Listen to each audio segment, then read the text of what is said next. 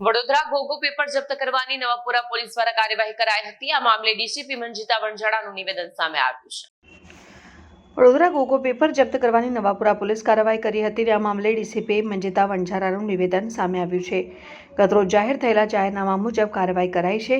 ગિરીશ ભરવાનીની ધરપકડ કરાઈ છે। ગોગો પેપરમાં નશાકારક પદાર્થ નાખી નશો કરાય છે। હાલ તો ગોગો પેપર મામલે જાહેરનામા ભંગનો જ ગુનો દાખલ કરાયો છે। ગોગો પેપરના 56 બોક્સ જપ્ત કરવામાં આવ્યા છે।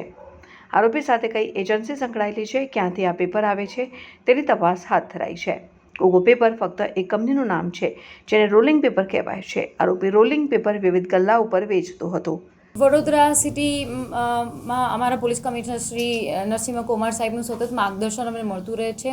કોટપા એક્ટ હેઠળ ઘણી બધી કાર્યવાહી માટે અગાઉથી અમને સૂચના મળેલી, એ આધારે નવા જાહેરનામાની પણ જાહેરાત સરકાર દ્વારા કરવામાં આવેલી હતી કે જેની અંદર એવા કોઈ પદાર્થ હોય કે જેમાં titanium oxide, potassium nitrate, artificial dye હોય, કેમિકલ કાર્બોનેટ હોય, ક્લોરિન બ્લીચ હોય જેવા ઝેરી પદાર્થ હોય તો માનવ સ્વાસ્થ્યને એકદમ નુકસાન કરતા હોય, હાનિકારક હોય એવા રોલિંગ પેપર્સ, જે આપણે અત્યારે હાલ એનું જે કાર્યવાહી કે આવા રોલિંગ પેપર્સ હોય, ગોગો સ્મોકિંગ કોન હોય, પરફેક્ટ રોલની વસ્તુઓ હોય, પાન પાર્લરમાં મળતી હોય આવી બધી, પરચુરણ કરિયાણાની દુકાનો છે, ચાની દુકાનો છે, આવું બધું અત્યારે હાલ સરળતાથી ઉપલબ્ધ થઈ રહ્યું છે। એવું સરકાર પણ આ બધી ચિંતિત હતી। એમાંને સરકાર દ્વારા જાહેરનામું પણ કરવામાં આવેલું હતું ગૃહ વિભાગ દ્વારા, અને એ જાહેરનામાના આધારે અમારી ટીમ પણ અહીંયા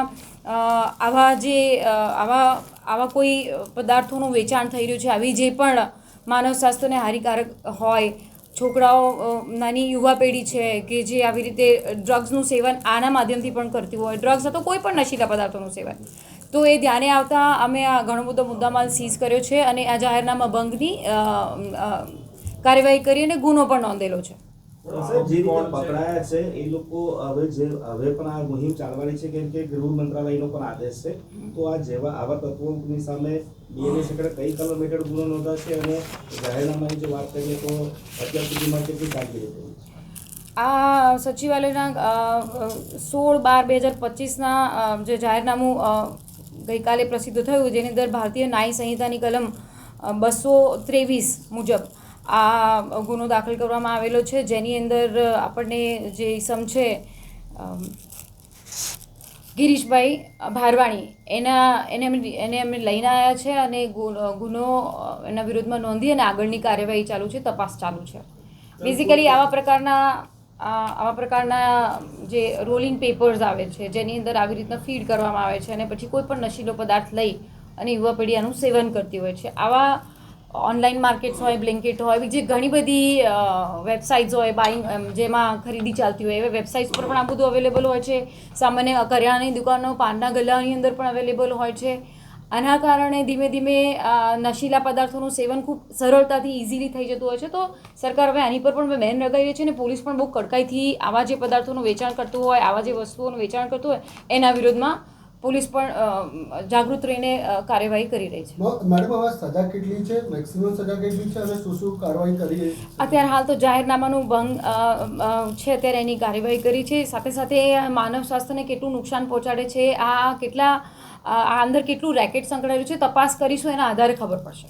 કુલ કેટલો મુદ્દામાલ જપ્ત કરવામાં આવ્યો છે, કેટલા આરોપીઓ? અમે અત્યારે હાલ 56 જેટલા બોક્સ મોટા કન્ટેનર છે એ સીલ કર્યા છે અને 2,05,000 જેટલો મુદ્દામાલ અત્યારે હાલ અમને મળેલું છે।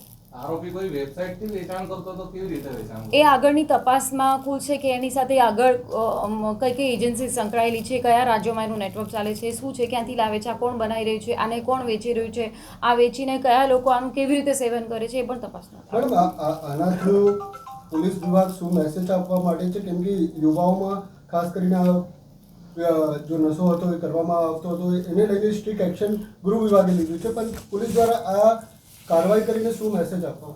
વડોદરા શહેર પોલીસ પણ આમાં સતત અગ્રેસર રહી છે। આ પ્રકારની કાર્યવાહી જેવી અમને અમારા સીપી નરસિંહ કુમાર સાહેબે જેવો અમને બધાને ગાઈડ કર્યા હતા અને સરકારશ્રીના પણ સતત માર્ગદર્શન હેઠળ અમારી પાસે જાહેરનામા પણ મળ્યા છે।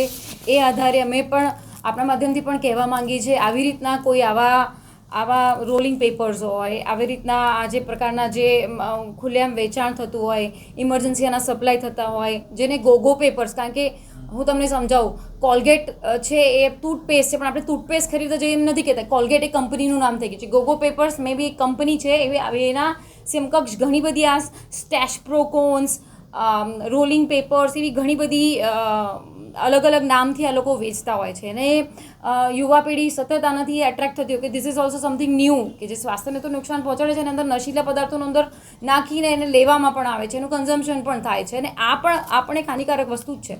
તો આપના માધ્યમથી અમે એ જ કહેવા માંગીએ છીએ કે આપણે બધા જાગૃત થઈએ અને જે આવું વેચાણ કરતા હોય એની ઉપર તવાઈ લગાડીએ.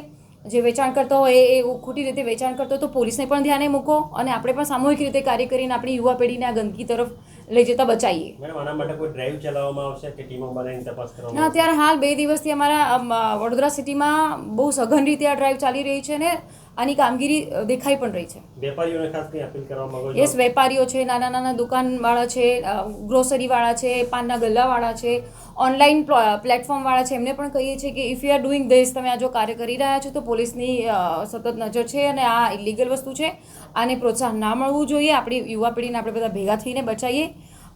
તો એમને પણ આ અપીલ છે કે આવું કોઈ કરતા હોય તો અમારે ધ્યાને મૂકે, અને આ બેન થયેલું છે. આરોપી છે એ જાતે વેચતો હતો કે પછી એ કોઈ પાન પાર્લર પર વડોદરા શહેરના ડિસ્ટ્રીબ્યુટ કરતો હતો? કઈ રીતે હાલ એનું તો ઇન્ટ્રોગેશન પણ ચાલે છે. એ પોતે ઘણા બધા સપ્લાયર પણ હતો અને બીજે ક્યાંકથી લાવતો પણ હતો માલ, અને ઘણા બધા પાનના ગલ્લાઓને છૂટક વેપારીઓને વેચતો પણ હતો. આજે બધું મુદ્દામાલનો કે નાશ કરવામાં આવશે આપણે તરફથી? એ પછીની આગળની કાર્યવાહી છે, કારણ કે આ તો પછી કોર્ટ હસ્તગત જાય બધા. Bureau report Satya TV news, Vadodara.